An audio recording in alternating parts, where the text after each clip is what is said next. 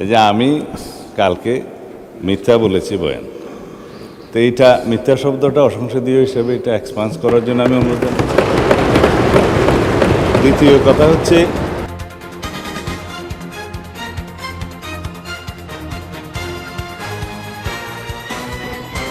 আমাকে ভালোবেসে একটা কথা বলেছেন।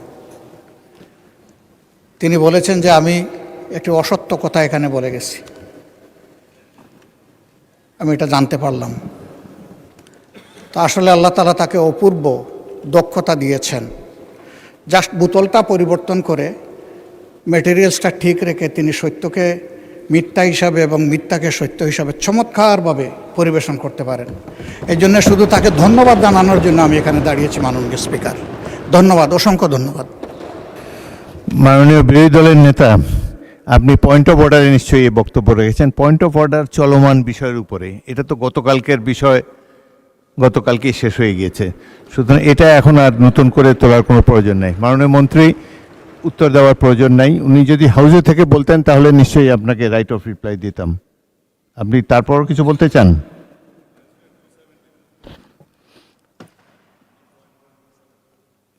শোনা যাচ্ছে না তো, মাইক অন করুন। মাননীয় স্পিকার, আপনাকে ধন্যবাদ। এই মুহূর্তে মাননীয় বিরোধী দলীয় নেতা দুইটা অসংসদীয় শব্দ ব্যবহার করেছেন, সেটা হচ্ছে মিথ্যা। এটা অসত্য বললে আমি আপত্তি করতাম না। এই যে আমি কালকে মিথ্যা বলেছি বয়ান, তো এইটা মিথ্যা শব্দটা অসংসদীয় হিসেবে এটা এক্সপান্স করার জন্য আমি অনুরোধ জানাই। দ্বিতীয় কথা হচ্ছে ওনার কালকের বক্তব্যের প্রেক্ষিতে আমি বলেছিলাম মাননীয় বিরোধী দলীয় নেতা এখানে একটা অসত্য বক্তব্য উত্থাপন করেছেন।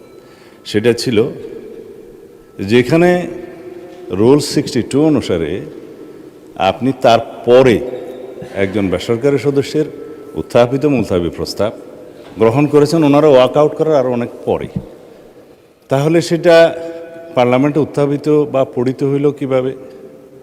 সুতরাং আমি বলেছি সেই বক্তব্যটা অসত্য। ধন্যবাদ মাননীয় স্পিকার। মাননীয় সদস্যবৃন্দ, এখন মাননীয় বিরোধী দলের নেতা এটা নিয়ে আরও বলবেন? বলেন।